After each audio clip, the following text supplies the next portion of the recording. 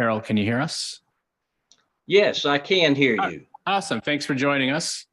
I think we've got a quorum for this evening's meeting and we are live. So I'd like to call our Thursday, September 14th, 2023 Human Affairs and Racial Conciliation Commission meeting to order.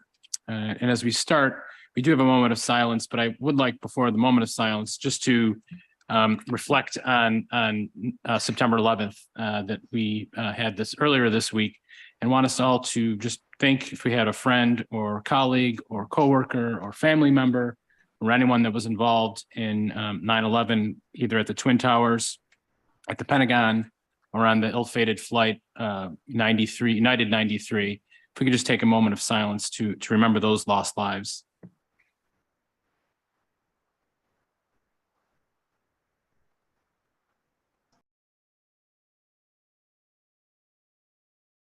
Thank you. And before we begin this evening's public comment period, I believe we do have, is there one person here for public comment?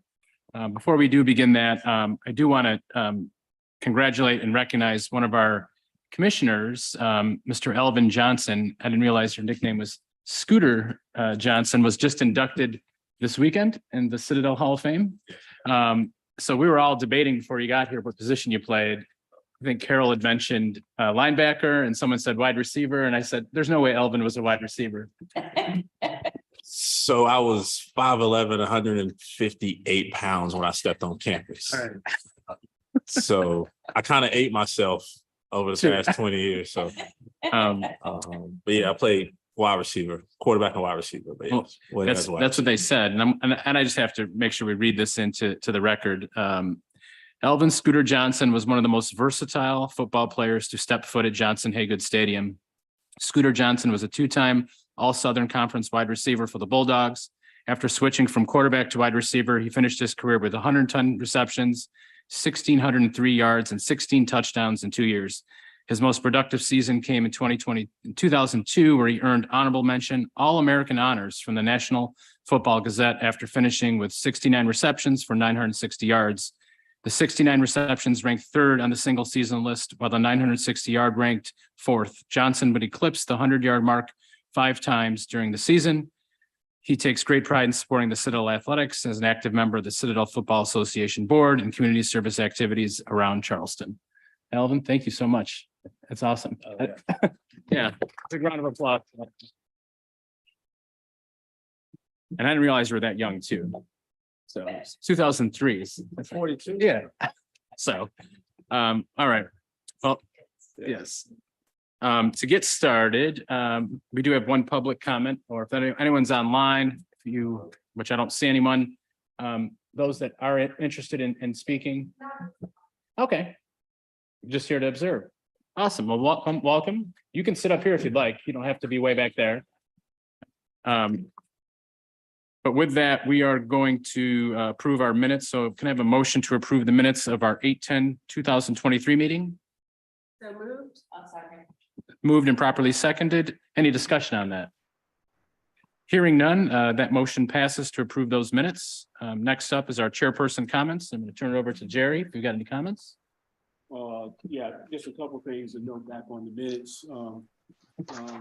At our last meeting, we did discuss. We had a great presentation on the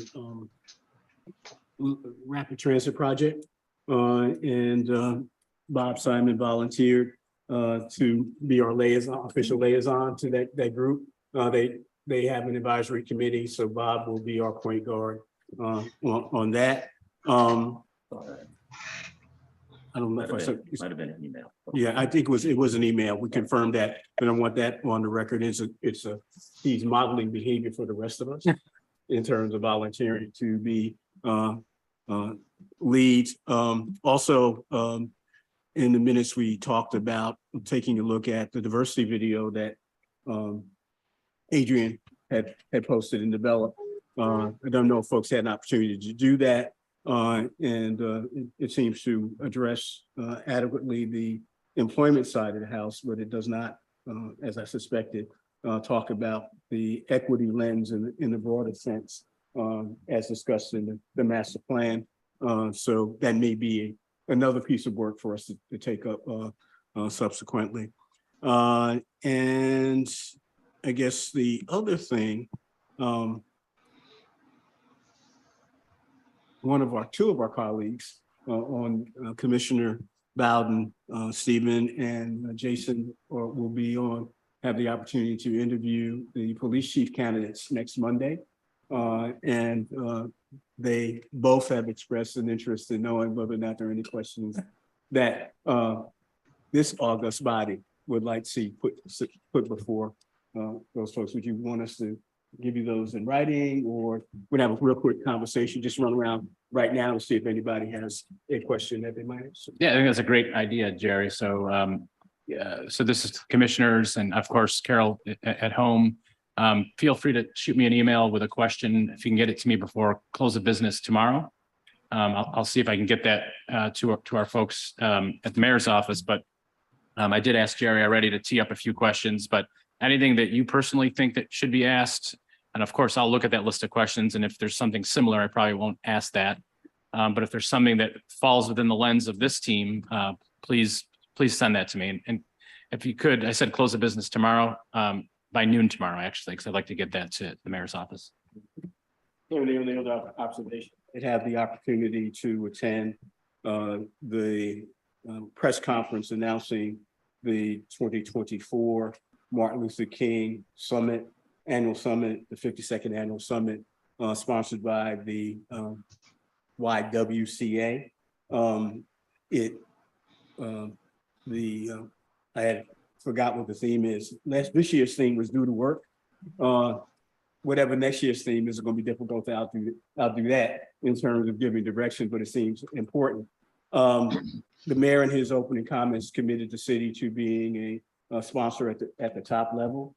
In his introduction, he mentioned a number of initiatives that the city's undertaking that's consistent with the work of Dr. Martin Luther King, but he omitted or did not comment about HART's existence, which left me with the notion that we lack visibility.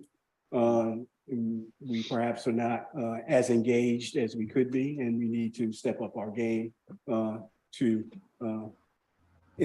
be invested. The King the annual event is an opportunity to talk about ways in which this community can reconcile itself. We can talk about equity and diversity and the like. And that's a great platform. And if there's 700 people in the room, right, and even more residents of the city thinking about that, amplifying why the event happens, who should participate in it, and perhaps even sponsoring, service activity is something that's consistent with our overall strategies. This is not something that's focused back on city government. What city government can do, this is what the community can do, and that is in fact part of our charge. So excited about the upcoming activity. The mayor is co-chair along the two co-chairs, the mayor and Herbert Drayton, right. Herbert Drayton is the other co-chair. member of my congregation. Ah, okay. And Darren Goss is the keynote speaker, the president of the CEO and president of the Community Foundation. Great opportunity, I think, and we should explore other situations. There are other annual events that occur that are part of the calendar that speaks to our responsibility to highlight diversity and inclusion. And I think we should step up a little bit in that area. And that concludes my comments, Mr. Chair. Is it kosher to respond to Mr. Hill? Yeah, I regretted not being able to be at the press conference. I had committed to attend the Metro Chamber of Commerce Housing Summit that was held that same morning. And but as I'm a beginning second year member of the board of directors for the YWCA, and I think the board is already talking about how to widen the reach for MLK. We have a lot of newer, younger, I'm happy to say, board members who have circles of influence that far exceed just the typical peninsula where this MLK, series of events got started years and years ago. And everyone is very cognizant that we have a new generation of citizens, not just focused down on King Street, but all over our metro region that needs to feel like they have some responsibility to make this MLK weekend as robust and meaningful as they possibly can. So I would love to carry some of your comments. We have our first board meeting a week from Monday, and I'd be happy to take any comments from Hark. I do feel like I would like to get a little credit like you've given Bob in terms of making that another hat that I'm wearing on behalf of Hark. And I made it very clear when I was, invited to be on the board that this body was my first allegiance in terms of empowering women and eliminating racism, but because that is their charge, it really is a very happy dovetail mission for me personally. So thanks for being there.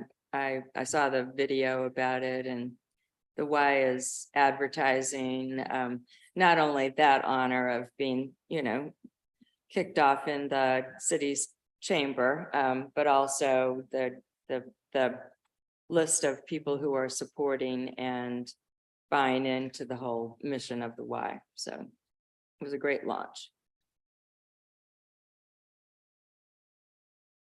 Thank you, Carol, for those comments. Anything else additional on chairperson comments before we go to item 6? I'm going to turn that over to Jerry for item 6. Thank you, Mr. Chair. As most of you know, the Mosher Festival is one of the signature events, cultural events focusing on culture from the African diaspora. This year, the City Council appropriated some additional dollars to boost the promotion of the festival. And Charlton Singleton was appointed artistic director.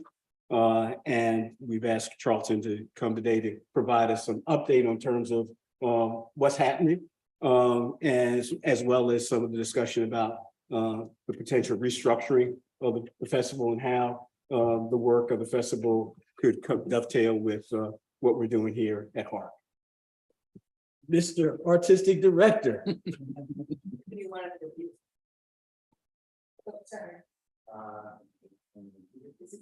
Why don't you grab that mic? Why don't you take that station so you. There you go, that makes sense. Yeah. Chair. And then hit that button with a green button. This one. There you go.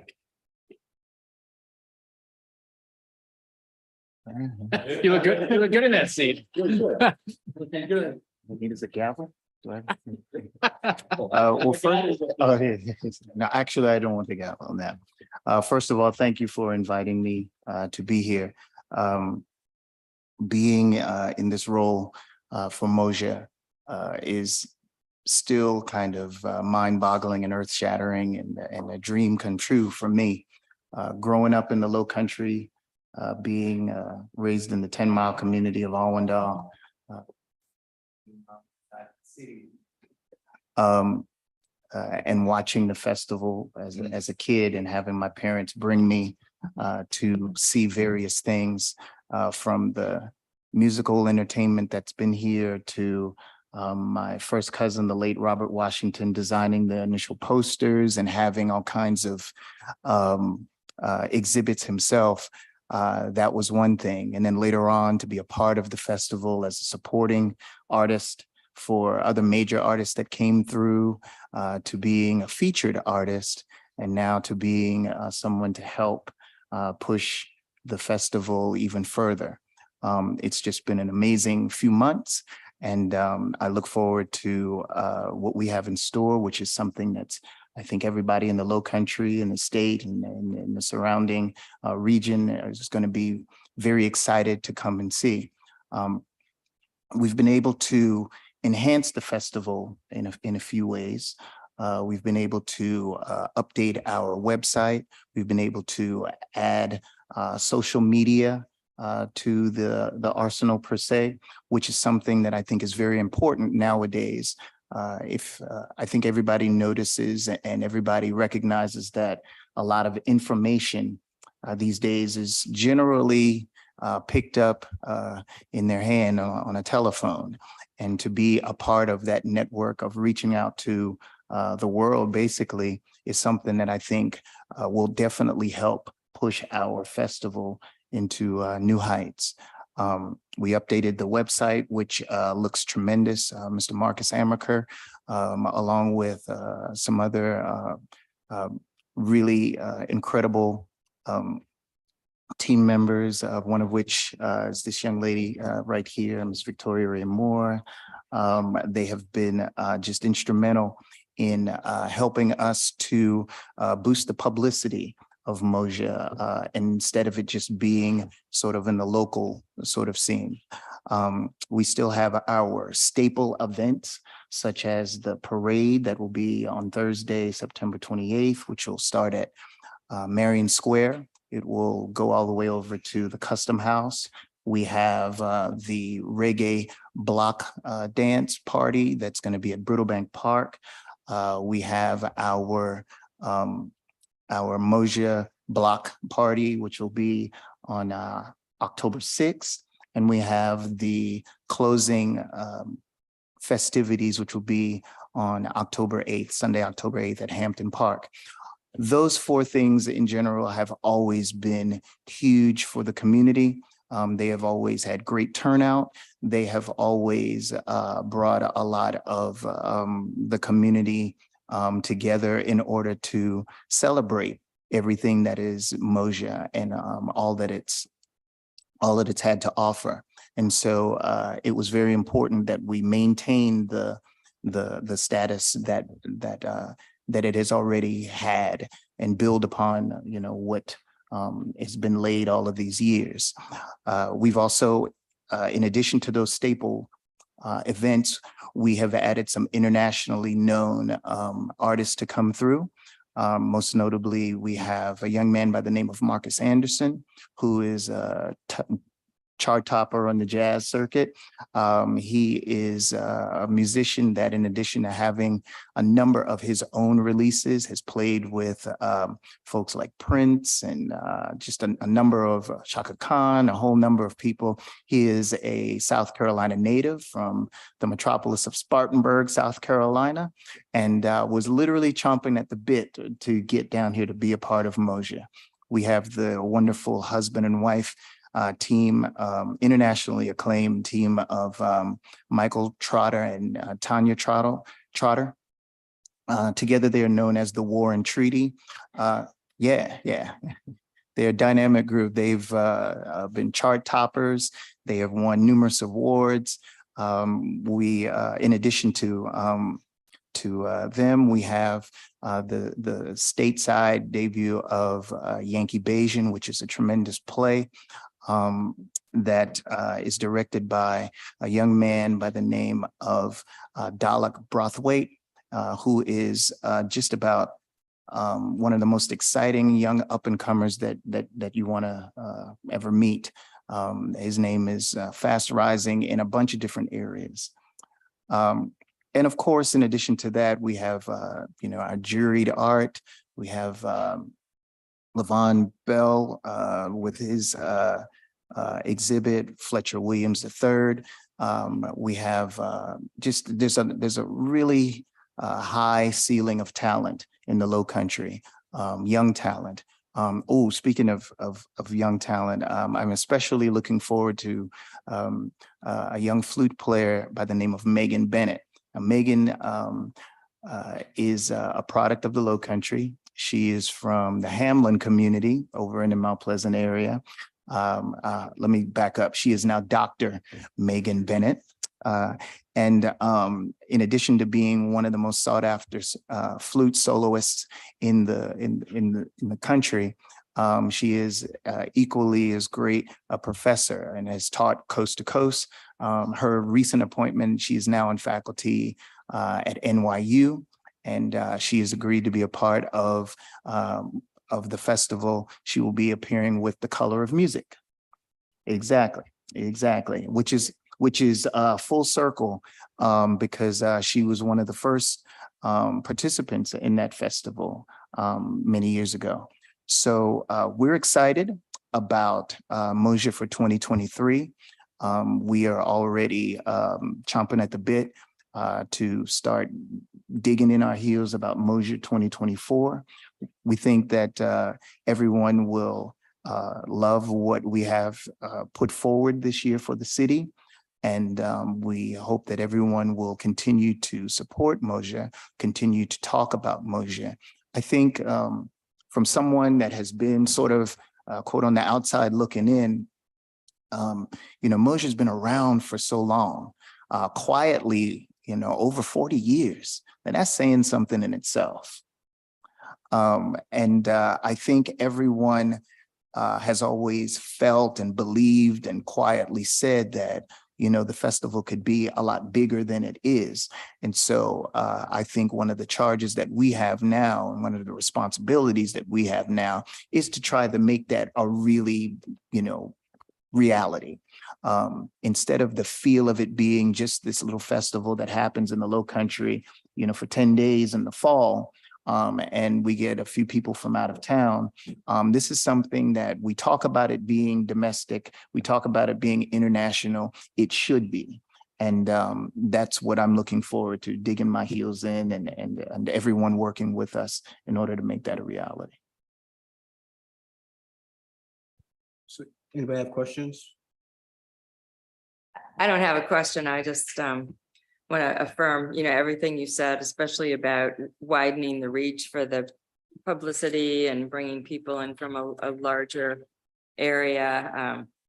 I'm privileged to have Dr. Millicent Brown as a friend, and she was very disappointed. I think it was just last year, and it was still coming out of COVID, and I think everybody, was empathetic to that. But she said she had some friends from, I want to say just DC. It wasn't like in Chicago or whatever, who couldn't find anything about Moja in advance of planning a trip here to be part of it. So I think just knowing that you've got the team and the ability to make it widely known is just really encouraging. Another thing about that, just to piggyback off of that, is that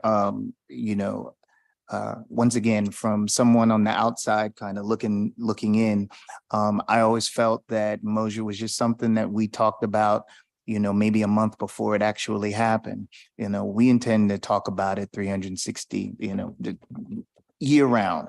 There's no reason why we can't have Moja sponsored events throughout the year. It's always going to be great to have the festival because that's what everybody looks forward to and having that specific block of time. But we should be talking about this festival and this celebration of African-American and Caribbean art forms and everything like that all year round. So that's our aim. Thanks, Charlton. I don't think we've met personally. Maybe we have, but I'm city council member and been on council for 4 years. I got a couple questions. Are you all thinking about extending the opportunities outside of the immediate downtown in terms of like productions, specifically Hampton Park? Are you guys planning anything there? Hampton Park will be where we have our finale. Oh, awesome. Definitely. Great. And I think in years past, it has been at Hampton Okay. Park. Yes, definitely. So anything this group can do to help promote and amplify the items, please let us know. I think- Holla. Yeah. And the last thing, we should acknowledge Jerry's contributions. Has been talking about Moja for a while, particularly pushing the mayor, pushing others in the community to make sure it gets amplified. So Jerry, your efforts do not go unnoticed. So I appreciate that. Again, because our tax dollars go into Moja, and I pay taxes, I want to see maximum bang for buck. And so you're talking about, having thinking about it's year round, which would suggest that there's a broader conversation. Where's that table and how do if someone wants to be at that table to help participate in that process, how do we do that? Well, we can always contact, we have a contact form on the website, which I encourage everybody, if you haven't looked at the website, mojafestival.com, you can always access that website, and there's an email address, and the message will get to all of us on the team. Mhm. That's the first thing. You know, a lot of times now, people get ideas from social media, even if it's just a little comment that could spur on another conversation about something. So I think that if we do have people that are weighing in, you know, and you get those times where it's, you know, I would love to see this person. I would love to see this act. I would love to see this art exhibit. I would love to see this poet or something like that. That's how you increase the appeal, you know, of your audience, not just locally, because they might live here, but that just helps with the full reach. You know, we're here. You can contact us.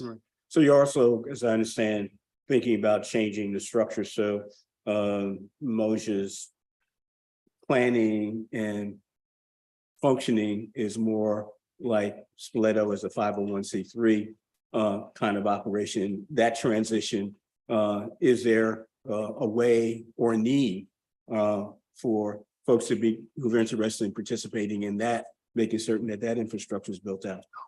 That is currently being worked on, and eventually when that does happen, I think that'll really sort of put us on a different trajectory to go as far as we're talking and thinking about.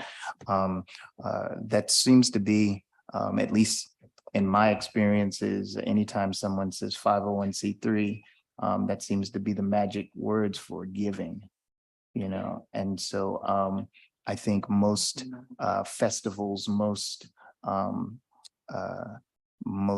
entities, you know, would love to have people that are willing to participate, not only physically, but monetarily. You know, I think people would love to pour in a lot of help and support for Moja, just because of what it is, just because of the location, just because of the talent that could be brought here, especially here. You know, it's no surprise, Charleston's already a booming tourism spot. You know, imagine this being on top of that, or at least as large as we are envisioning it to be. Absolutely. And just one final thought. The building out of Moja as a complement to the tourist business that brings revenue here is one thing. The other, I mean, our charge is to help to build community. And Moja seems to me to be a potential source for building that unity. So while we focus on making certain we have the financial muscle, and we need to make sure that there's local impact and building community and bringing diverse communities together in ways. And this is a great opportunity. I can't think of nobody better than you to lead. Thank you. I appreciate that. Okay. Thank you for all of the conversation that we've had so far, and I look forward to other conversations about it. Other questions? Well, thank you. Thank you all. Oh, yes. Oh, that guy. Yeah, I'm working on this. Oh, good. Okay, so you already know. Yeah, I'm the sort of.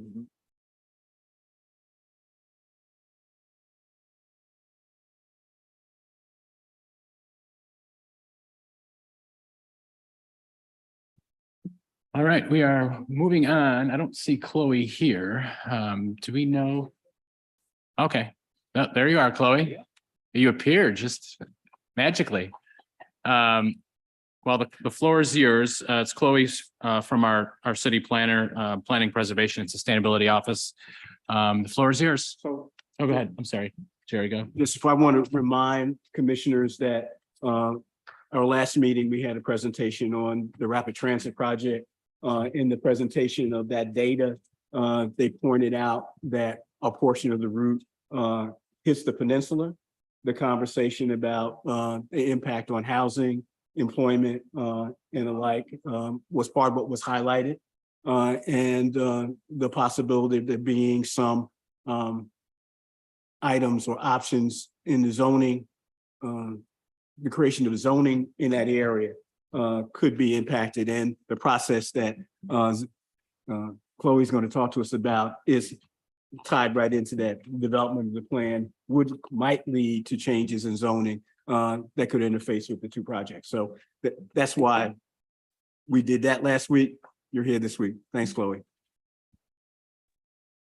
Thanks, Jerry, and thanks everyone for having me. I'm going to be sharing some information about a new planning effort for the Charleston Peninsula. And I have a couple of visuals, not much in terms of slides tonight because this is just getting started. So I have minimal information to share with you all, but just to tell you a little bit more about the effort, what to expect, and some opportunities to get involved next week.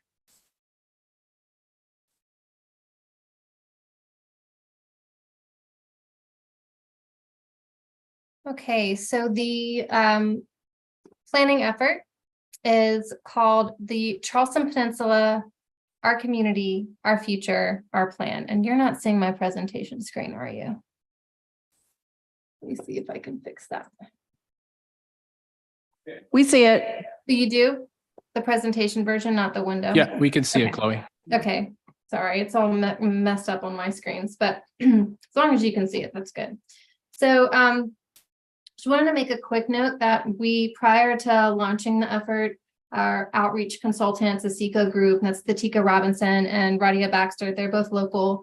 They hosted some focus groups, branding focus groups to help inform, you know, the look, the feel, the name of this planning effort. We wanted to be really intentional about you know, the invitation and tone that we are setting, as well as the look and feel of the planning effort. We wanted to get away from, you know, things that feel a little bit more sort of bureaucratic, you know, done by planners and engineers and not by the community. We wanted this to have more of a community feel, and also representative of the diversity historically in the peninsula and what we want to promote and encourage in the future as well.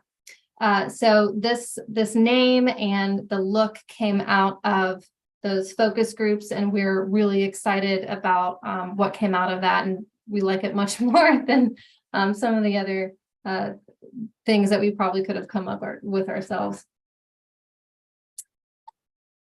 So the Peninsula Plan is going to be a guiding vision for the future of the Charleston Peninsula over the next 10 to 20 years. So this is replacing what we have now for the Charleston Peninsula, which is the 1999 downtown plan. It's, you know, well, it's high time to update that. And also the 1999 downtown plan does not cover all of the Charleston Peninsula. So this plan will be replacing that one, and we'll look at the whole Charleston Peninsula, at least that in the city limits. So it stops right after Rosemont before Union Heights. And the horizon for this is 10 to 20 years. We're going to be looking at everything. This will be a very design focus. So a lot of the outputs of this planning process will be design specific recommendations, but there may also be some programmatic and policy recommendations that come out of this. And we're leaving the space open for any kinds of conversation and discussion that folks want to bring. But the focus areas that we've used to at least scope the consultant team include neighborhood design, mobility, water, and economic development. So staff did some preliminary analysis last year just to get our heads around, you know, what capacity and expertise do we really need to support this process. And so the consultant team that we have are really strong in terms of neighborhood design, mobility, water, and economic development. The opportunities next week, the launch, official kickoff of the planning effort is next week. And the invitation to the wider public and you all, of course, are 2 community open houses. These will be held on Tuesday evening, 6 to 9 p.m., then Thursday morning, 9 to 12. People can come to one or both. They can come for just, you know, a few minutes or the whole time if they want to. We'll have refreshments, and also we'll have activities that kids can take part in. So we're encouraging folks to come with their families. So, understanding that folks may not be able to get childcare.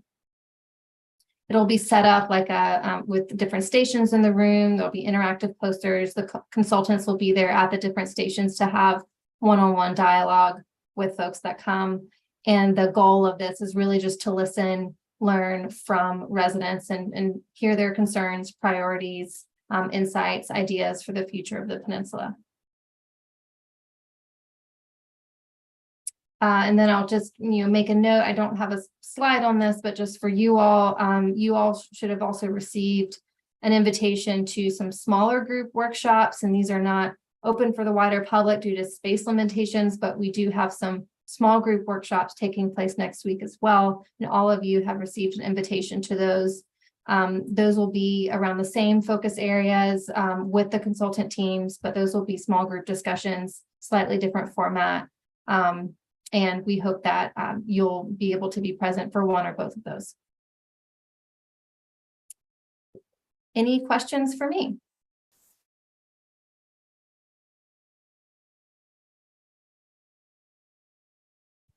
Chloe, it's Carol. Thank you very much. I'm looking forward to being there whatever day I signed up for.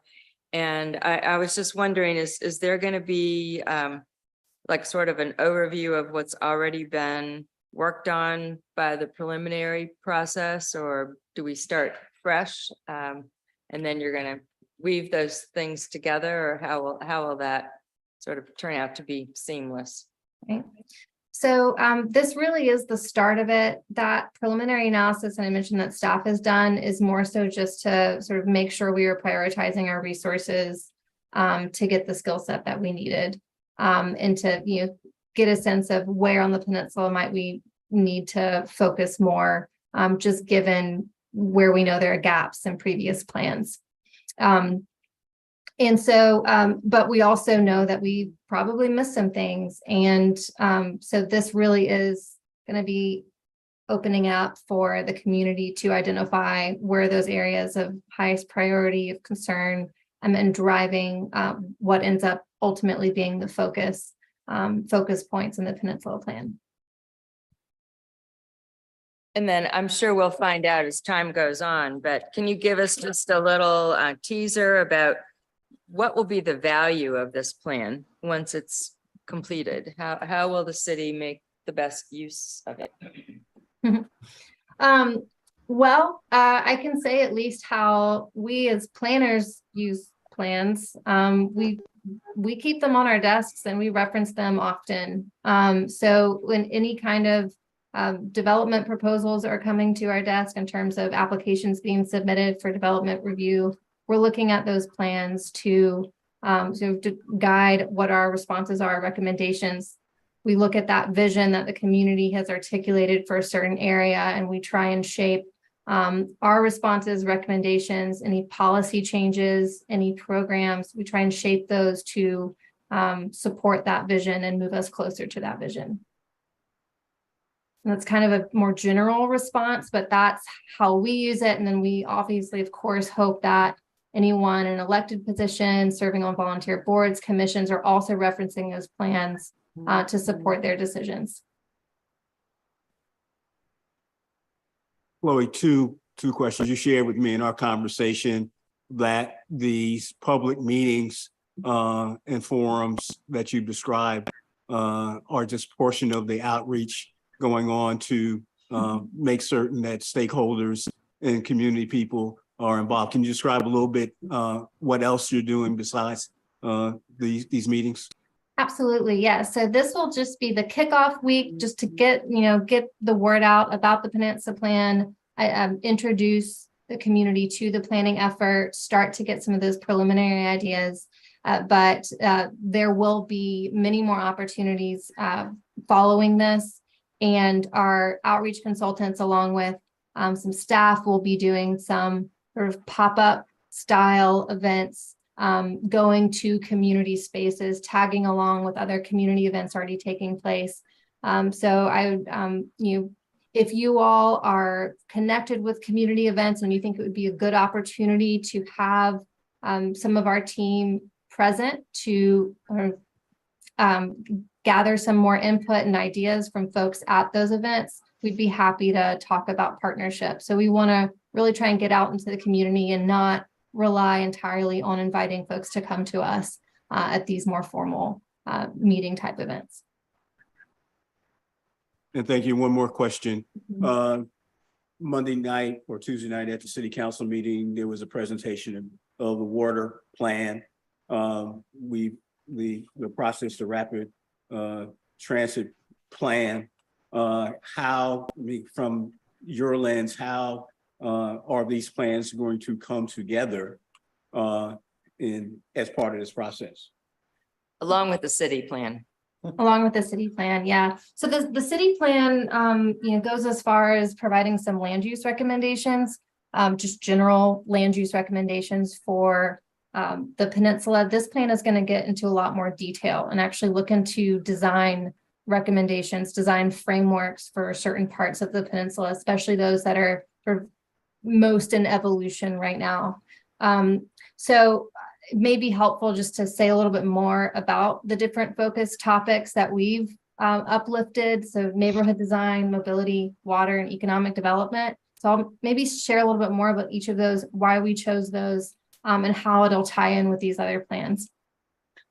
So for neighborhood design, this is looking at, architecture, block layout, the feel and look of streets, different housing types. So this is the sort of the physical implementation of a lot of these priorities and values that the whole community holds. I'll give an example. You'll notice that housing is not one of the priorities. It's not because we, are not looking at housing for the peninsula. We know it's a priority. It's that we already have two really strong plans with a bunch of recommendations of how we tackle the affordable housing crisis. And the neighborhood design component of the peninsula plan is going to look at what does that look like? So when we know we need to increase housing opportunity on the peninsula for all income levels, what does that actually look like? So where can we encourage more housing, and what housing types does that look like? What configuration does that look like? How do we incorporate open space? What does that neighborhood and that surrounding environment look like? So that's what that topic is going to focus on. And in terms of how that fits in with the Low Country Rapid Transit project, the low line, it's going to look at the neighborhoods surrounding those. So the Low Country Rapid Transit project probably spoke about the transit-oriented development study that they're working on. We've been working closely with their team on that, and we're going to be, studying their recommendations and how we can incorporate that into the Peninsula Plan. And that's looking at what does the development pattern and the design types need to be surrounding that transit corridor. And so we're going to be looking at that as well. For mobility, we know that connectivity is a huge priority for a lot of Peninsula residents and visitors. Having safer streets for those who are not in a vehicle is really critical. And so the mobility focus of the Peninsula Plan is going to look at how do we make the best use of our streets? How do we support people to get around safely, by foot, by bike, by other methods, wheelchair, by transit. How do we help support transit and make it easy to access transit, safe to access transit? So we'll be looking at studying streets closely and key intersections and things like that. Of course, that will be tying into the Low Country Rapid Transit project and also the downtown transit study that's happening right now as well. For the water element, we know that the landscape of the peninsula is changing. We're experiencing frequent flooding now. We know that's going to, continue to get worse. And we're sort of anticipating some more clear guidance and recommendations from the water plan in the coming months. And we'll be folding that into the Peninsula Plan really as a foundation for any recommendations that come out of the Peninsula Plan, is looking at what is the future of the peninsula in terms of its relationship with water and how do we manage it? And also how do we increase access to the water? How do we best leverage the waterfront for any future redevelopment opportunities along the waterfront? What should that look and feel like? So those are going to be some of those conversations. And then finally, economic development. We've heard loud and clear through numerous planning processes that residents really want the economy and business environment on the peninsula to feel like it's for residents and not just for tourists. And so how can we encourage a really equitable, resilient economy on the peninsula? What does that look like? How do we bring back minority-owned businesses on the peninsula? Exploring ideas like the Renaissance District that came up in the Union Pier conversation. So we're looking at all of these things, doing a study on affordability of commercial spaces and gaps for local business owners and minority business owners, and how can we support them in the future and have a thriving, diverse business community on the peninsula going forward.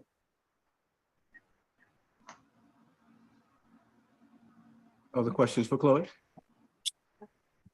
Adam, go ahead. Excuse me, what is the timeline that you're looking at for the evolution of this plan? We expect it to be about 18 months, possibly up to 2 years, but it's in flux, and this is just the start. So this sort of listening learning phase will probably take place over a few months, and then we'll start sort of developing some draft recommendations for folks to respond to. But yeah, it's all in flux. I would say a year is probably not realistic. That's what we originally hoped for, but it'll probably be more along the lines of 18 months to 2 years to complete. Thank you. You're welcome. So Chloe, in your design discussion, I didn't hear you mention considerations of public safety related design concerns, height of shrubs and things of that nature, site vision. Will that be part of the consideration, and will the police department and neighborhood public safety groups be involved? Absolutely, yes. So the public safety is definitely a part of that, and we have invited a representative from CPD to be part of those smaller group workshops to provide exactly that level of perspective. If there are other individuals that you think should be invited as part of that, I'd be happy to, if you can share those names with me, I'd be happy to extend the invitation to them as well. Just a quick observation, because we very often, as planners, don't articulate the way in which we lay things out could have an effect on the actual safety or the perception of safety. And I think if in articulating and encouraging people to come out and talk about those kinds of things, it would be helpful as part of the process. And no, I don't have anybody particularly in mind, but I just think it's a good idea. Yeah, absolutely. This is Bonnie Cleveland. I don't know if there's someone involved with the city horticulture department. I think they would be really important. I know that a lot of times governments tend to think of water problems as, putting water in pipes and sending it out. But there's a lot that can be done with flood mitigation, with plantings, and the advantage at the same time is that you're sequestering carbon in the ground and potentially growing food. So I would urge you to ask those people to be involved as well. Yeah, that would be within our parks department, and they are invited at the table. And also that exactly what you talked about, green infrastructure and how do we incorporate that in terms of our water management. That's been a big item of conversation, I know, with the water plan. And so we, of course, would want to support any recommendations that come out of that related to green infrastructure in the Peninsula Plan. Carol Fry? Yes, this is Brian. I'd be interested, Chloe, in your thoughts about how this plan interface, with the Mount Pleasant plan, the North Charleston plan, the West Ashley plan. What thoughts do you have about that? I'm sorry, your audio is breaking up and I did not hear your question. She was asking, Okay, he was asking again, about the West Ashley revitalization plan, how it will dovetail with some of those perimeter plans. I think, is that right, Carol?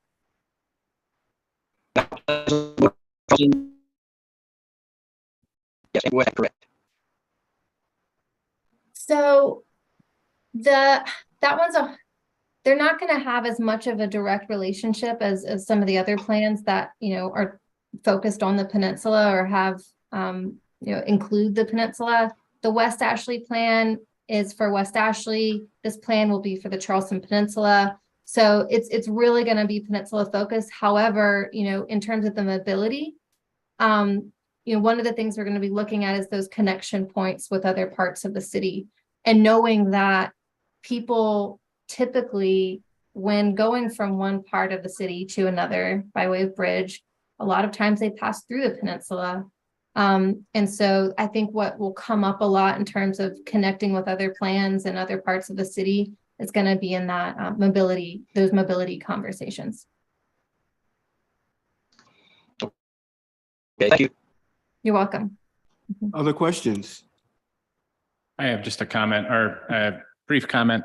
Chloe, thank you so much for taking the time at 5, 6 o'clock on Thursday night for us. This is just more of a general kind of just observation of our work. And I think I'm not going to speak for some of the other commissioners, but as a council member, it seems like we have a lot of plans. All right. And maybe that was Carol's question, is how are all these plans going to dovetail into like one singular effort? And my comment was going to simply be that, you know, I feel like our work as a commission was vilified quite often early on, but the more we have these conversations, the more we have folks like yourself come to these meetings, it's clear to me that, you know, the nexus of like good government and policy with our work is it's real. I mean, it's there. It's not controversial. Some of the things we're talking about. Certainly there will be some things that we do bring forth eventually to council that might be more controversial, but by and large, this is just good governance and good policy. So I just want to say thank you for your work, and thank you for presenting to us tonight. Yeah. And I just want to make a quick comment about, you know, how all the various plans. And so there's a lot of, we already have a lot of plans, and there's a lot of concurrent planning efforts taking place. And one of the things that we would really want to try and do with this effort is create a place for all of them to sort of come together into a holistic vision for the Charleston Peninsula. So these other plans have a very, you know, either it's a very specific topic or very specific scope, like it's primarily engineering, or it's, you know, primarily looking at water or resilience, or primarily looking at this one corridor for transit. But we want to bring all of that together, tie it together, and make sure, you know, it does have that shared holistic vision for the peninsula. So we have one to kind of bind them all. Thank you, Chloe. Yeah. Well, and I just have a comment, sort of along the lines of what you were acknowledging, Jason, and this sort of goes, Jerry, to the phone conversation that we had. As somebody, you know, still trying to find my footing on this commission, who's not part of city government, there's so many entities, so many things put in front of us, and it's sometimes hard to know. So, all right, if all these plans get put into one plan, then how does that actually come to fruition? Is that, as a point of process, is that put in front of city council then for a vote? Is that what happens? Yeah. Essentially, we'll come to council and the mayor for a vote. Okay. And I would echo Adam's concerns or comments that it is difficult, you know, to keep all these plans active, to try to put them into one like space, and hopefully, Chloe, that they don't become competing plans, right? I mean, the goal is that they complement each other. Right. But it is difficult to like figure out where we're headed. But What are you laughing at? Where we're headed when you've got all these plans. Yeah. And it's important, particularly because of our charge and the city's master plan, the section that deals with equity and resilience, where the discussion about the equity lens and the questions that have to be asked in terms of who's involved, who's being impacted, is it adverse or not for that population? Is it making things better or worse? Whatever we're deciding to do, and that set of questions need to be asked on a regular basis. And we, part of our job is to make certain that those questions are raised as the council and the mayor and the general public, thinks about it instead of the narrow lens. I agree with what you just said. I was going to say similar. I mean, in some respects, our job is easy because we have one theme to be, putting forward to the council, to the public, to ourselves. And that's to make sure that we don't lose track and sight of our equity goals for our community. So we should be able to, it's a lot of documents, it's a lot of pages, but we should be able to easily pick out the theme that is charged to us to shepherd and make sure we don't lose track of and sight of as a community. So I think we have the easy job. Chloe's got the hard job. Thank you, Carol. Any other questions for Chloe or comments for Chloe? I think we're good. Chloe, thank you so much for joining us tonight. Thank you for having me. Yep. We are going to transition to the last part of the meeting, which is a good segue when we're talking about kind of what our next step is as a commission. And in full transparency, just, I've had several conversations with Councilman Bowden, Councilman Seekings. I wasn't on the call with Adam and Jerry, but I'm suspecting it was probably a very similar conversation in regards to, how do we use our time most effectively as a commission and individually? Why are we here? What are we doing? So for me, it seems clear, but I want to make sure that I'm sharing my thoughts with you all, and then we can have a conversation. But we've had a year at this where we've been coming to meetings. We've had a year to digest to a certain degree the special commission report, understand the process, understand how we got to this place. And each of us has contributed in many ways to getting to this point. Bonnie, I remember you took some of our notes and kind of digitized them, had some input feedback from us that helped. We've had our Good Stock Consulting. We've had several great conversations here as a team. So I think we're at a place now where the content, knowledge of the content is I would say sufficient. And I think it's time for us to start thinking about how to move some of our discussions from theory to action. And that's the conversation I've had with Councilman Seekings and Councilman Bowden, particularly around when are we going to see some things on our desk? And that for me is and Carol, I've had that conversation with Carol. We're in the midst of a mayoral election. It is September. We move very slow, but I think it's incumbent upon us to start thinking about looking at the special commission report or any other recommendations that you've had come to your thoughts over the past year. Adrian sent out an email on September 6th with the link to the report. I'm asking you all to think about a few recommendations that we can discuss. So I'd like to recommend that we use some of this meeting and the next meeting is really a workshop. And let's workshop some of these recommendations and think about what they can look like. We've got our representative from General Counsel here. We want to get them to work. We want to start getting them to think about how we craft ordinances based on the special commission report, based upon some of the thoughts that we've had this year where we see some disconnects.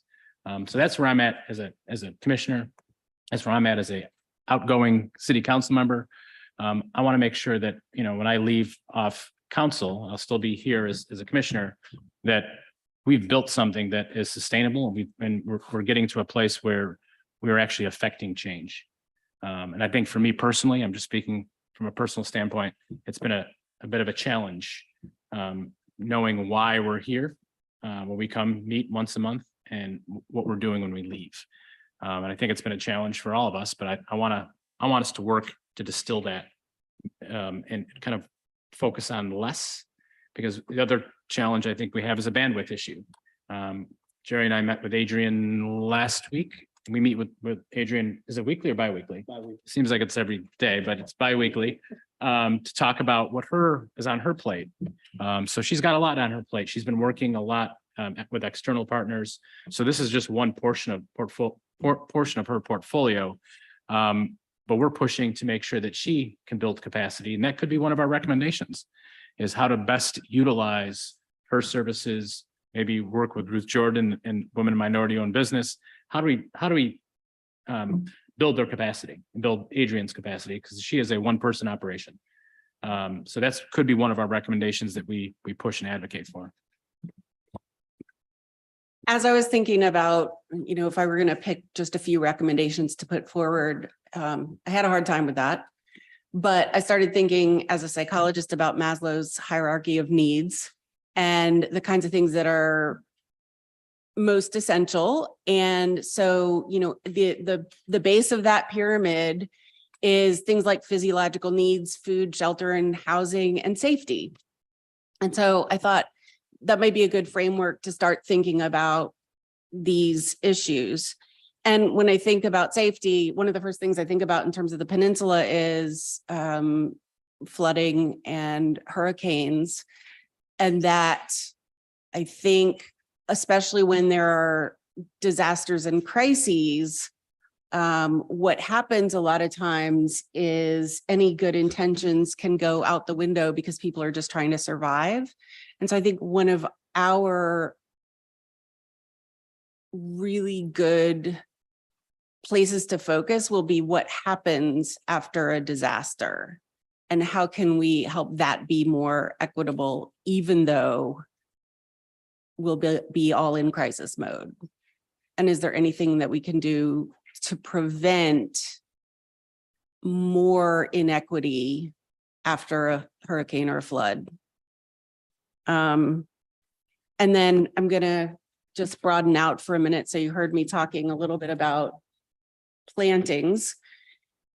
And it was funny, I started thinking about communities like Ion, where now they are working on getting dense development and beautiful spaces and lots of businesses close together.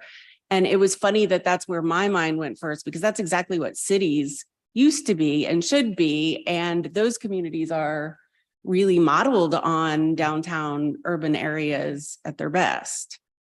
And so the two thoughts in my head had to do with a way to create really beautiful spaces with food growing for the community, places that are safe that might serve as shelters, but also as meeting places / community centers.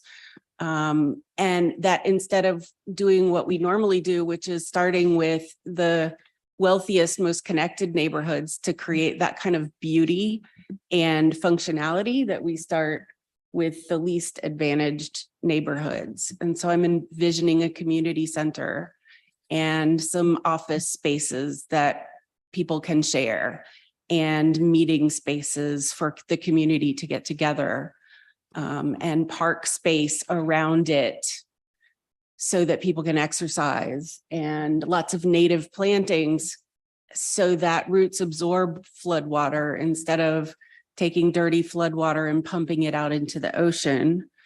And so I just want you to think about that visual of a beautiful space and a lovely community in the places that don't normally get that from government.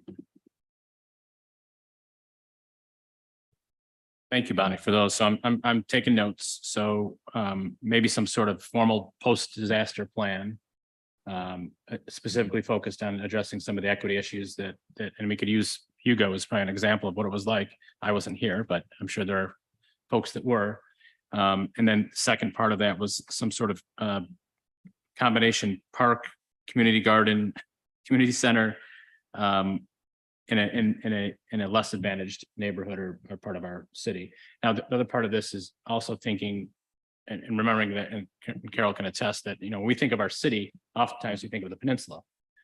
It's also, there's West Ashley. I mean, there's parts of West Ashley that would fit in James Island that we should also, consider. And certainly Johns Island and some of the suburbs. Thank you for those. Anyone else? Yeah, I mean, I can piggyback on that because I too included flooding as a concern. This long-term goal of prioritizing flood mitigation strategies that address racial equity and environmental justice. Flooding in this city is already atrocious, and it's just going to get worse in the coming decades. And the first people to feel the brunt of that are going to be, the more disadvantaged areas of the city. And I think it's incumbent upon us and the city government to be proactive about that. I was also struggling to prioritize many of the goals in here, but thinking about the hierarchy of needs. I mean, my eye certainly on the economic front came to the goal of reducing the Black income poverty rate by 10% over 10 years and increasing Black assets by 20% over 20 years. Although admittedly, and I think this is where maybe political realities come into play, because Jason, I heard you talk about how the original commission was vilified. I look at the strategy for that long-term goal in this plan, and it's reparations, which I personally would be in favor of us trying to creatively look at, but I wonder practically whether that's a political lightning rod. Yeah. In fact, when our commission was created, were we not directed that we may not discuss reparations as one of the solutions? Well, that is incorrect. Partially. Okay. Partially. Okay. We had to wordsmith this because I think that the challenge is first defining the term, and I think folks in the community did not fully understand all the different definitions. So there's cash reparations. I believe Evanston, Illinois was a community that implemented cash reparations, but Asheville, North Carolina. in Asheville too. Yeah, I think Asheville. Evanston did a housing fund. Right. Mhm. So there's different definitions of what that could look like. And I think, and I'm not going to speak for Elvin, but part of the economic empowerment subcommittee did touch upon it. So Elvin, I don't know if you want to talk briefly about that or. Normally it's Jerry that kind of sort of puts me on the spot. Come on, Scooter, you can do it. But now first, I mean, you gotta understand that the root word of reparations is repair, not Mhm. necessarily repay. So it's not always a cash payment. But it could be just different policies and, laws that are put into place or, something of that nature that can help repair the damage. So yes, we can absolutely talk about reparations. Mhm. For me, I am somewhat partial to the economic empowerment recommendations because in my opinion, a lot of the reaction that we have or the reactivity is a direct result of those gaps that exist. If those gaps didn't exist, then we wouldn't necessarily have to be reactive, and people would have the resources that they need in order to properly respond to a hurricane or whatever. So I'm of the mindset of, if we're not talking about the money, then why are we here? So I mean, safety. I mean, crime is a direct. It's money. It's economic opportunity. Yes, you do have some folks out there that are just violent by nature, but a lot of times, just like after a flood, people are just trying to survive. So just keep that in mind as well. For me, I would like to see us get involved and be proactive on some of the issues that most folks may hear for the first time at council, right? So for example, Union Pier and the various opportunities that exist there.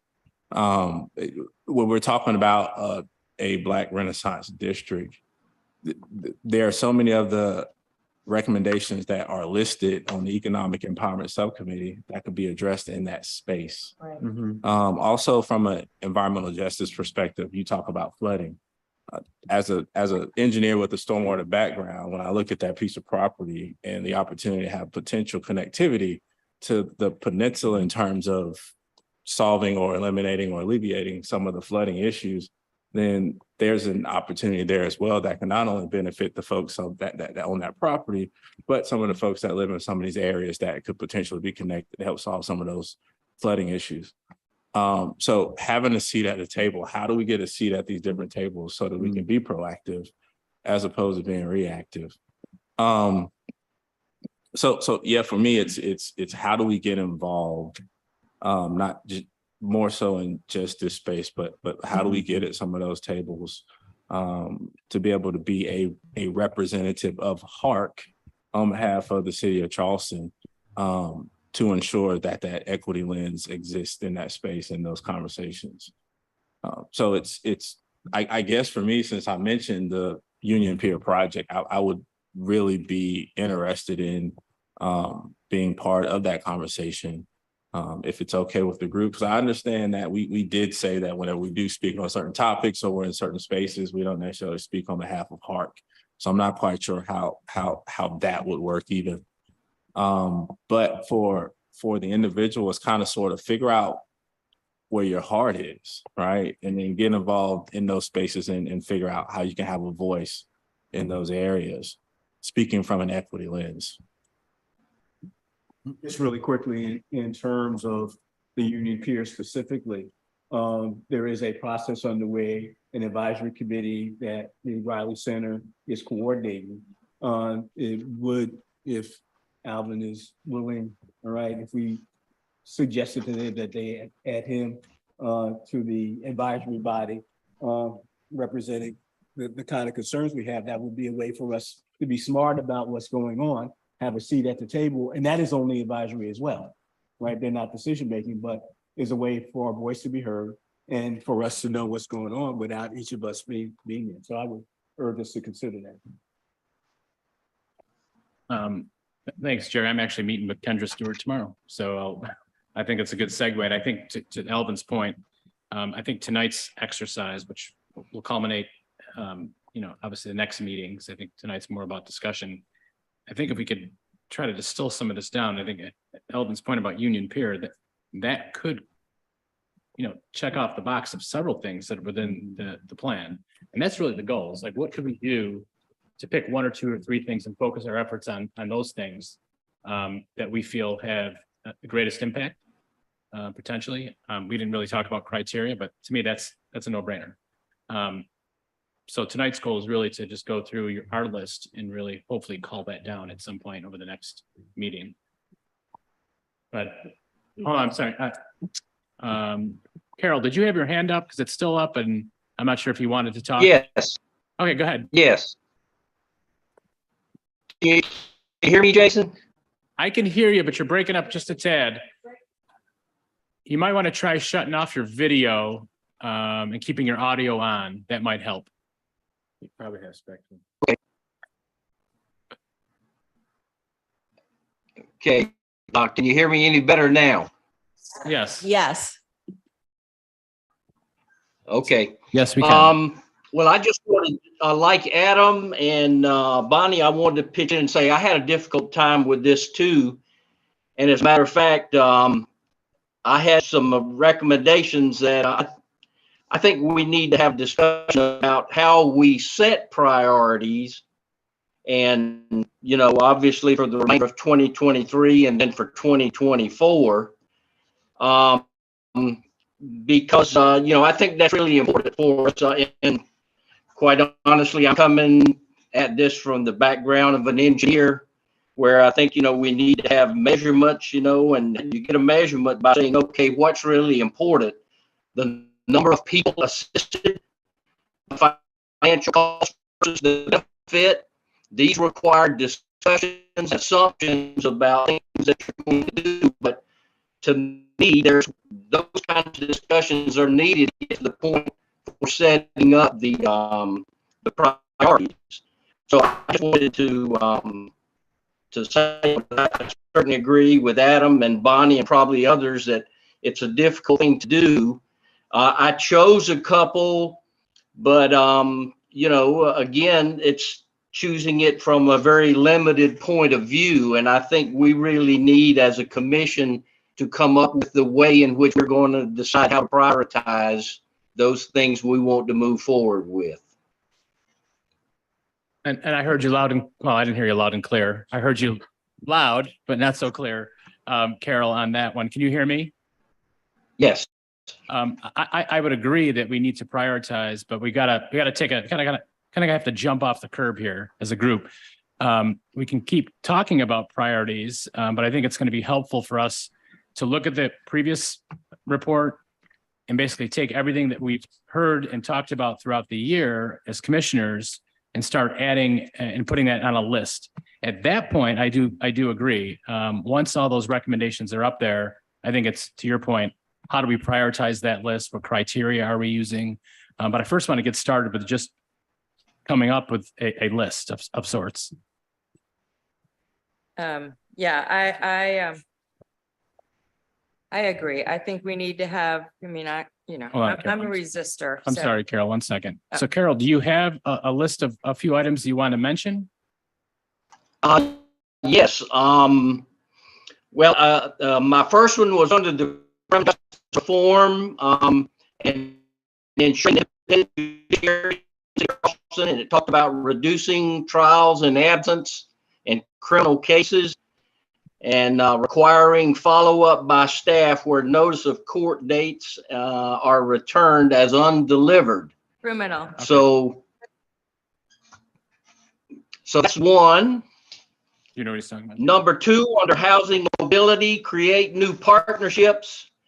And I think we should hone in on assisting those with air property disputes, clearing title, repairing homes, and navigating the legal system in an effort to maximize property value. And basically, the recommendation was to identify and negotiate partnerships with community programs like Center for Air Property Preservation, Charleston Pro Bono, and the Charleston County Bar. So those were the two that I would pick, but I also included two more. Basically, was we need to set up the system that we all agree on is how we're going to choose priorities. Because as an example, you know, I used the report, SCEIR report, but, you know, if I wanted to say, well, also let's look at the city master plan, 10-year plan, or do we want to look at also the Union Pier thing that's going on? I mean, there's a universe of things that to choose from, and it's the matter of how are we as a group going to decide? As an individual, it's, you know, I can decide, but it may be it may be and will be, I'm sure, very different than what the others will choose. I would agree, Carol. Anything and everything is possible. So the special commission report was just a reference guide, but certainly to Chloe's point, if you looked at the 10-year plan, if you looked at the Union Pier project, really anything that you feel like we've talked about this past year that has kind of struck your fancy, and it sounds to me like the heirs property resonates with you. Some of the criminal justice items in terms of that reform resonate with you. If there's anything else you want to add to that list, you certainly don't have to do it today. We could add that to that list. But the goal today was really just to start putting together a short or long list of recommendations. I suspect, Carol, and the rest of the commissioners, that we're going to see some alignment when we look at this list. There's going to be a couple things that are going to resonate with all of us and pop up. So that was the goal for today. Okay. Carol Jackson. Yeah, thank you. I don't know if I struggled. I've made notes on this for so long that now it's like, which ones are the most important? So I had to go back and review some of those things that I thought were priorities 2 years ago. And I know that when I I first tried to explain my way of jumping on something like this a few months ago, and I don't think I did a good job, but I really do think that if we take a look at the things that are in front of the city and then go back through the CERC report and pick out recommendations that honor and foster and steward equity, that's the point of this report, is that we're going to be filtering the plans that the city keeps creating in a timely, real-time manner, because the conditions are presenting themselves, and then make sure that we've got the equity lens in place as we come back with, okay, we've got Union Pier. So let's take Union Pier and make sure that we're not going to let go of the opportunities that would exist for people in the surrounding neighborhoods that need to get better environmental justice conditions out of that, if that's what we're talking about with, air and water and street mobility. They're going to be either connected in or cut off from Union Pier.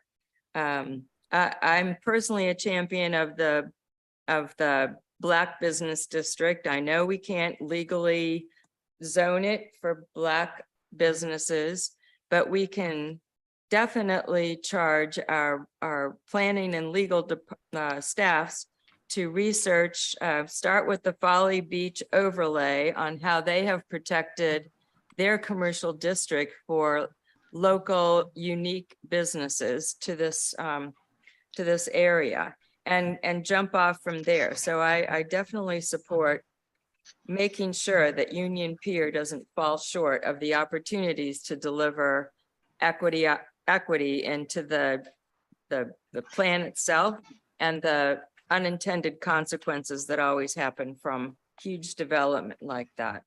I want to support Councilmember Saccharin's give grace to legacy property owners that are needing to go through some sort of Board of Architectural Review process.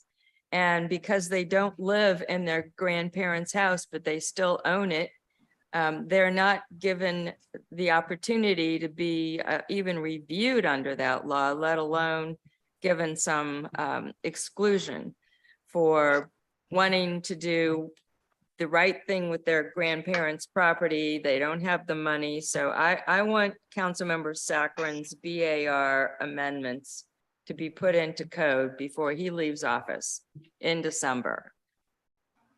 I want, for the housing, I want us to look at all of the ways that we can start to create more resources. I went to the Housing Summit this week and I saw the Low Country Rapid Transit game plan for the third time. And what really sunk into me, which jumped out at me the first time, I think, was in North Charleston, the naturally occurring affordable units that are going to be lost. Anyone who's lived in some sort of rapid transit, usually it's light rail corridor, understands that development happens, and that development is usually for well-off people. So we can't control their zoning, but our city can have a big influence in what they do with protecting those naturally occurring properties. They're talking about having an owner's fund for rehab and repair to help stabilize and subsidize the cost of their housing that's aging in North Charleston along that corridor. I want us to work on that. I want us to increase our fee in lieu that we're charging developers who don't want to put in that they can't be required to put in inclusion workforce housing units in any new high-rise property, that they build.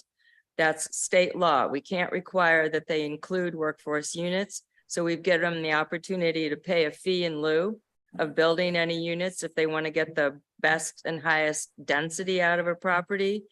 And our fees are too low. COG researched it for themselves and they said the same thing. So I think we have an opportunity right there to go to the Community Development Committee and tell them it's time to increase the fees that we're charging for those units. I want us to get serious about putting in some sort of what's that called?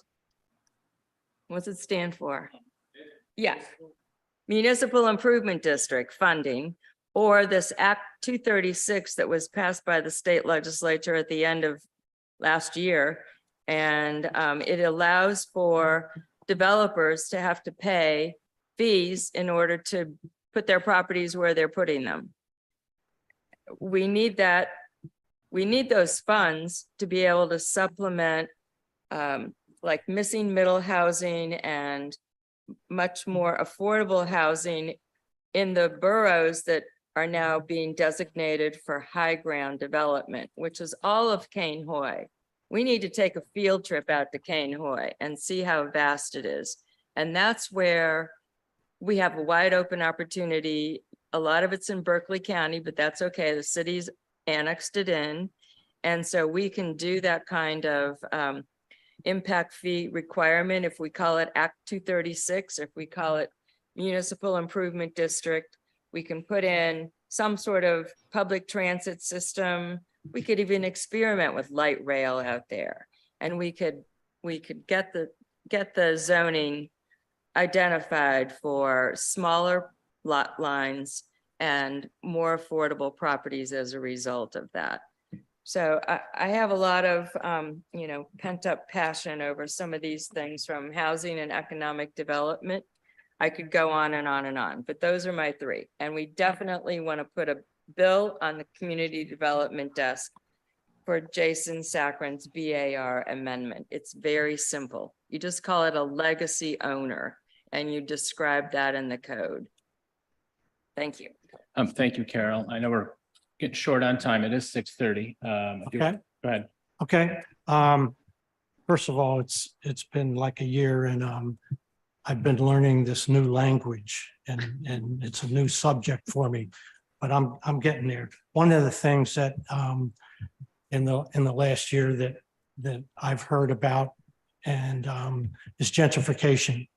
And friends have told me that it's been going on for 50 years on the peninsula, this gentrification. And I learned about it in Cincinnati and Charlotte, where we lived previously, and now here. And what I learned is in the vernacular, it means move the Black people out and move the white people in.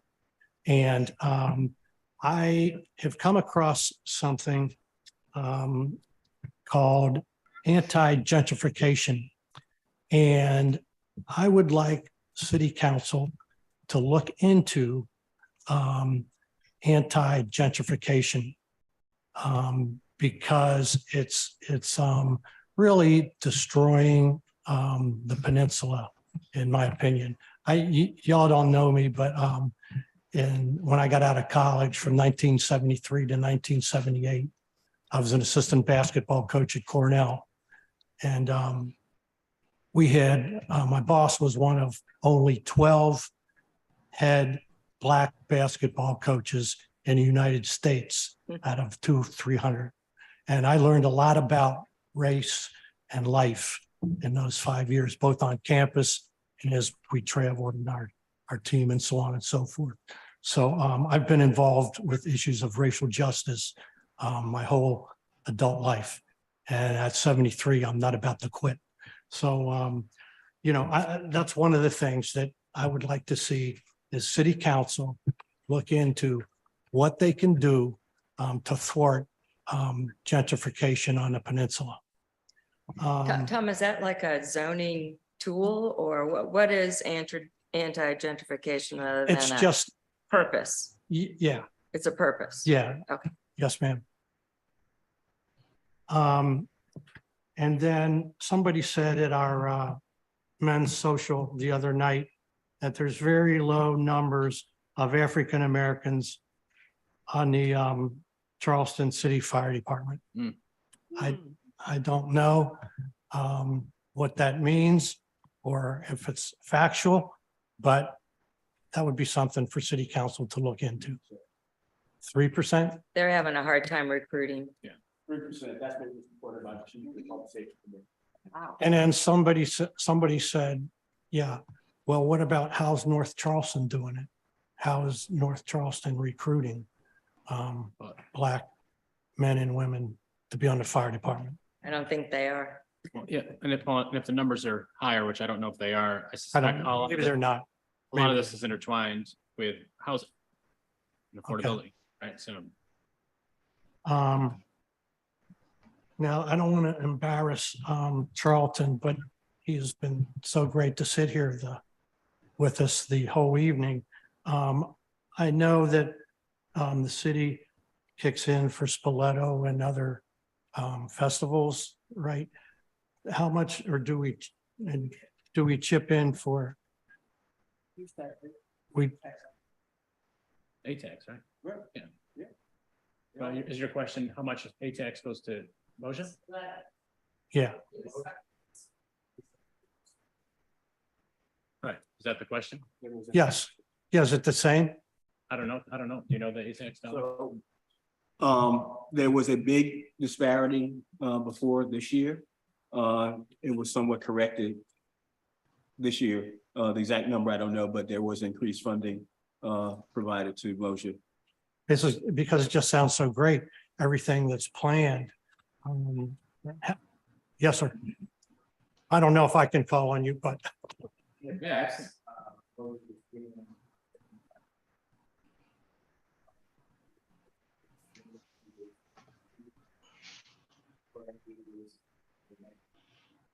For many years, okay. Okay, so maybe that something could be done Yeah. there. I'll add that.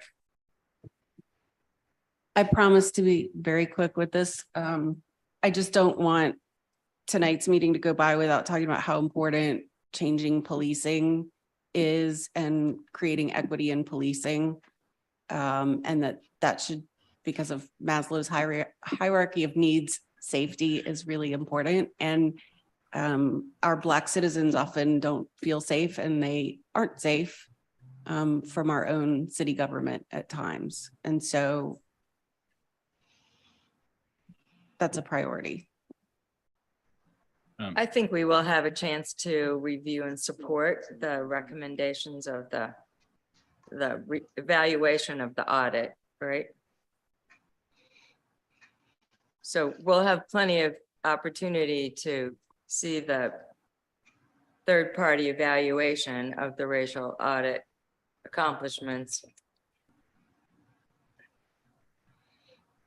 We should, if it's completed, when it's completed, the way the selection of the next chief and decision about who is in the mayor's chair, right, will have an impact on how much that's embraced. All right, so the notion that it's work that's in process. We made investment over the past 4 years.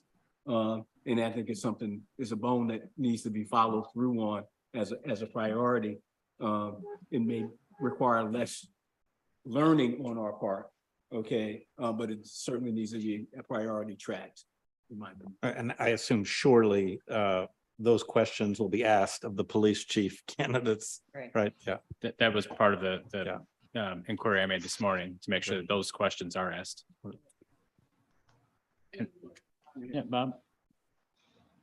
This whole year has been just a lot of education, and there's a lot of priorities, but right now there's Hurricane, I think Lee, somewhere out in the Atlantic. And all our priorities could change dramatically if he comes to the left, which it doesn't look like he's going to do, but you never know. The things we've done so far, I think, are all tracking pretty well, but I think the important thing is that this group is here, and it's the ship of state's going to keep sailing, whoever's got their hand on the tiller. But as long as we're saying, hey, push this way, the priorities are going to go up and down.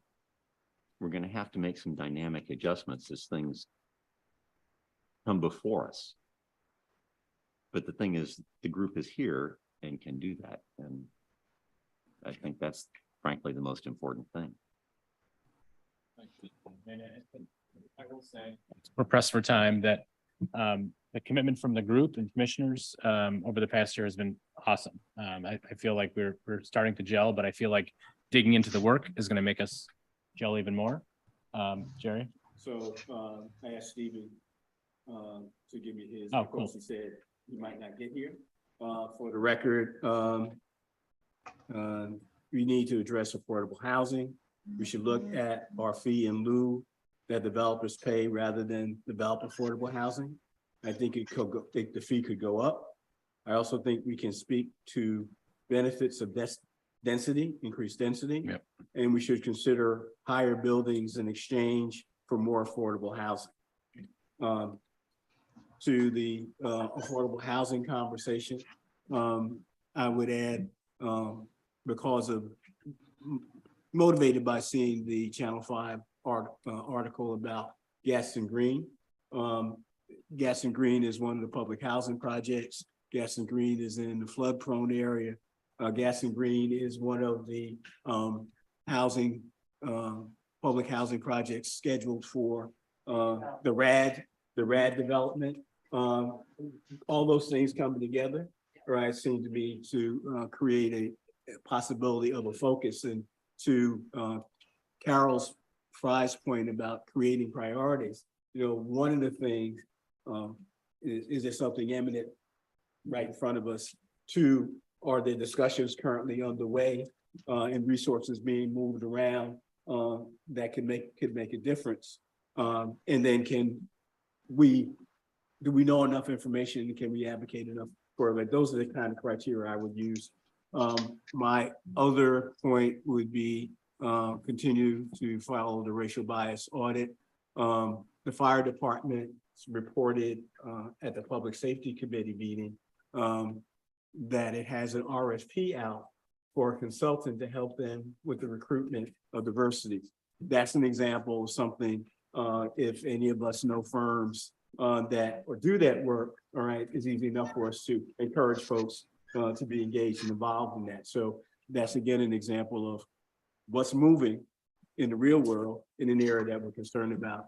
And I would, again, the Moja restructuring is important, but I also would hold up the city is doing a lot in the way of, or there's a lot of work going on by groups in the city around burial grounds, identification of African-American burial grounds and the poor, the Potter's Field, and all that, how that works together. It has some environmental issues associated with it. It has some work associated with flooding. So in the report, special commission report, it talks about looking at those cemeteries and those kind of situations as well as marking them. And so that again is an example of something that's moving forward.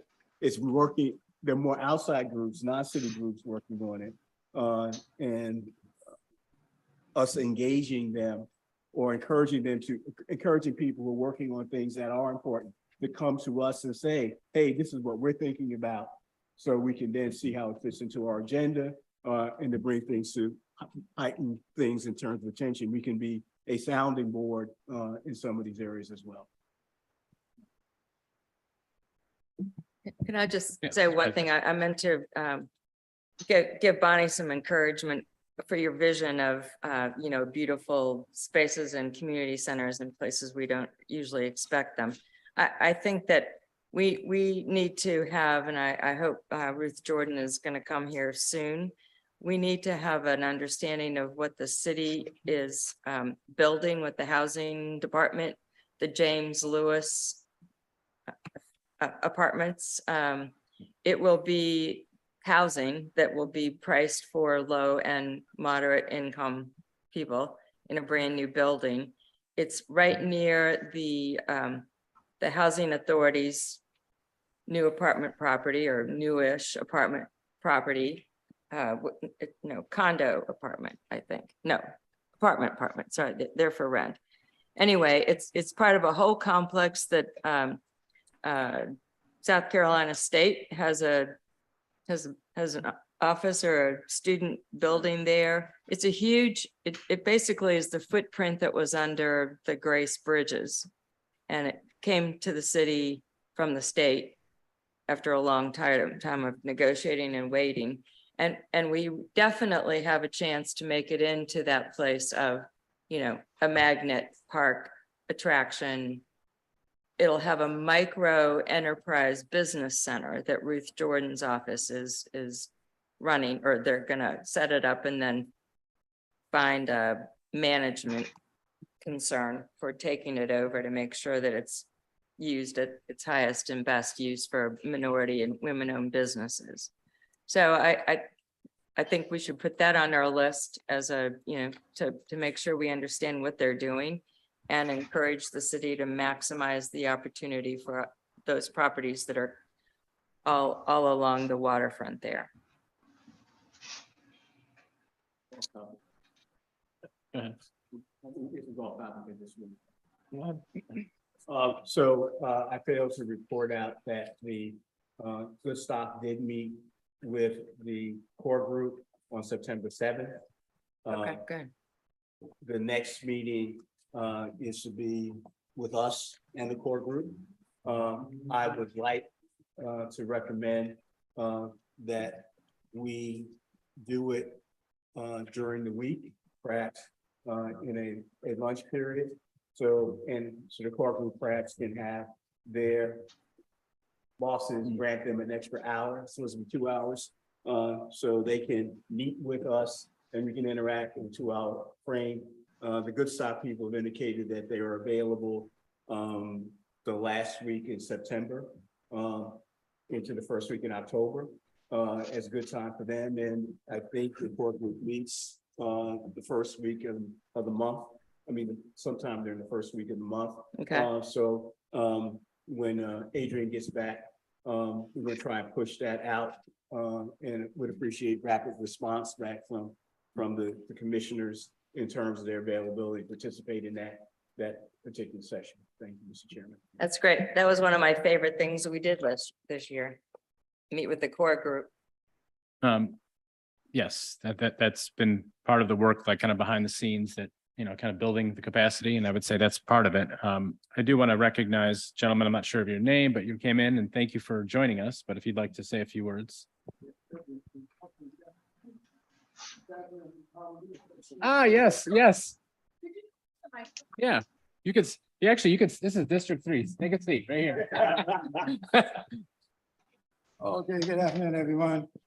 My name is Luke Man Rashid. I live at 48 Oswego Street. I'm Councilman Saccharin is my councilman. Of course, he beat me up on that run 4 years ago. Let's see.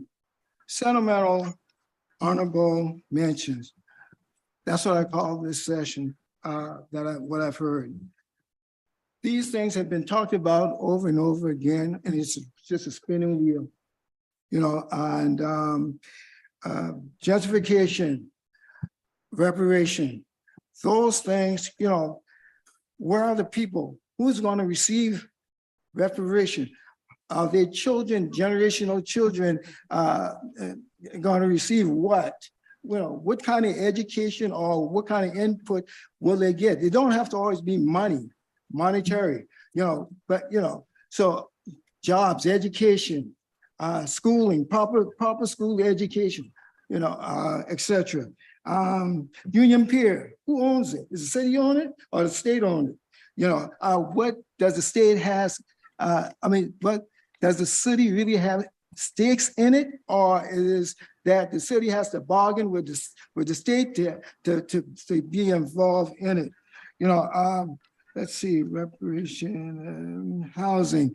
Housing, it's there you go again, it's just a circle, so these things have been going on for years and years. And then what happened, poor people like me, because I, get gentrified out and big development, so it's sentimental talk. But things can be done, but I'm just like, living here in the city since 1970.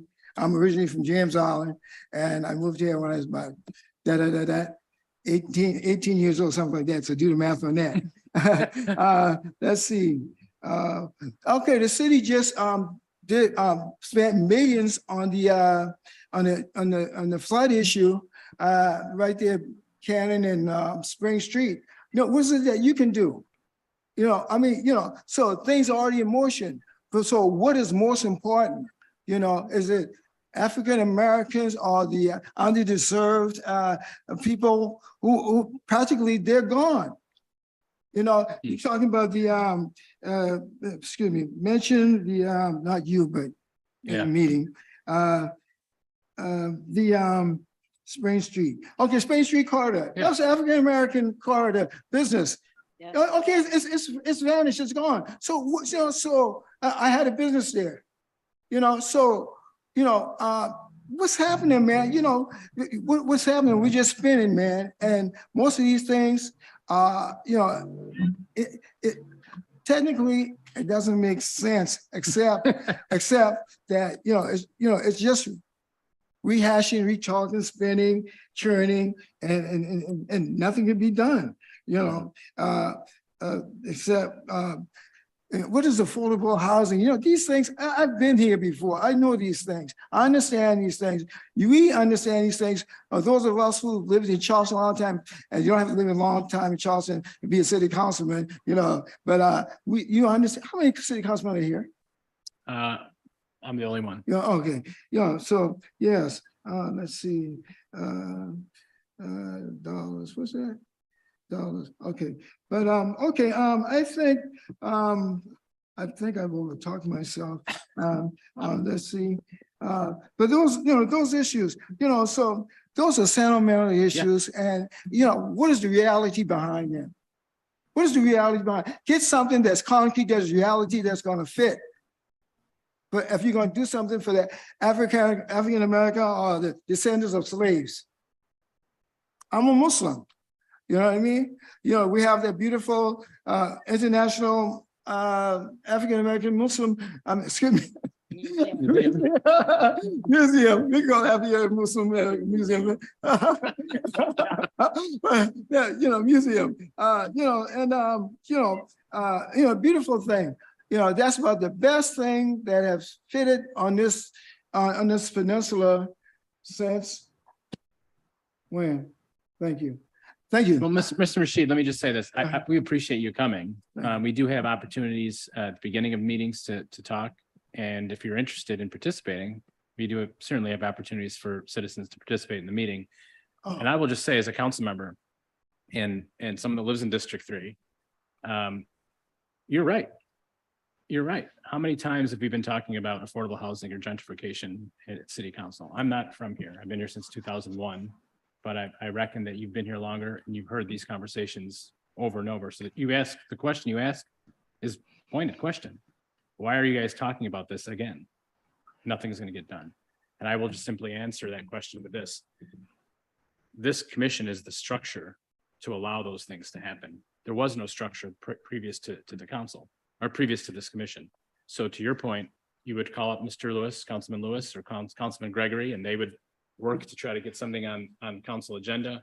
And oftentimes the momentum wasn't there or priorities have changed.